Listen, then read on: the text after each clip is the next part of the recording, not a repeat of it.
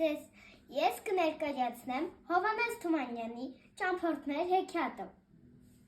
Հիմա ներկայացնենք դերերին։ Սա Աքլորն է, սա Շունն է, և ես կխաղամ աղվեսի դերը, քանի որ ես չունեմ աղվես խաղալիք, և նաև կլինեմ հեղինակը։ Դե սկսեցինք։ Լինում է, չի լինում, մի Աքլոր է լինում։ Նա մի օր բարձրանում է կտուրը, որպեսզի տեսնել այն սարի հետևը ինչ կա։ Վիզը ձգեց, երկարացրեց, բայց ոչինչ չտեսավ։ Ասում է. «Քուչի աղբեր, դու գիտես այն սարի հետևը ինչ կա»։ Չէ, չգիտեմ, ապա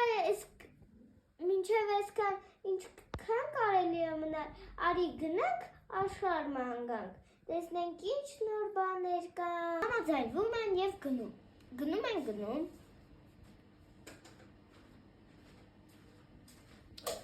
Գիշերը հասնում են մի մութ անտառի։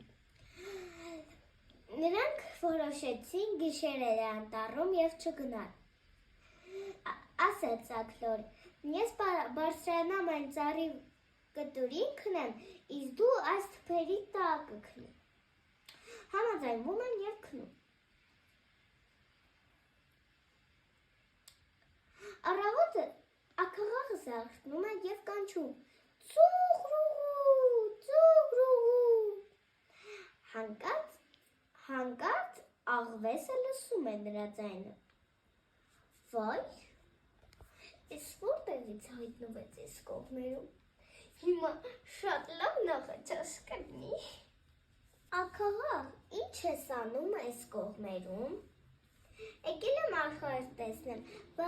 ինչ լավ բան ես արել, ես էլ քո նման ընկերի էի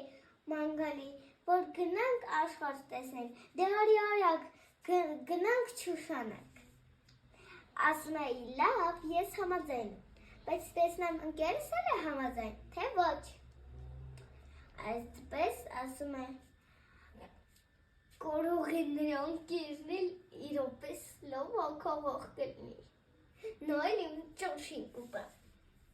Վազում է թփի կողքը։ Շունը վեր է թռնում ու վազում է հետևին։ Շունը հարձակվում է, աղվեսը այնպես է փախնում, ասում է Աքլորը. «Էй, այդպիսի ջամփի ընկեր չի լինի»։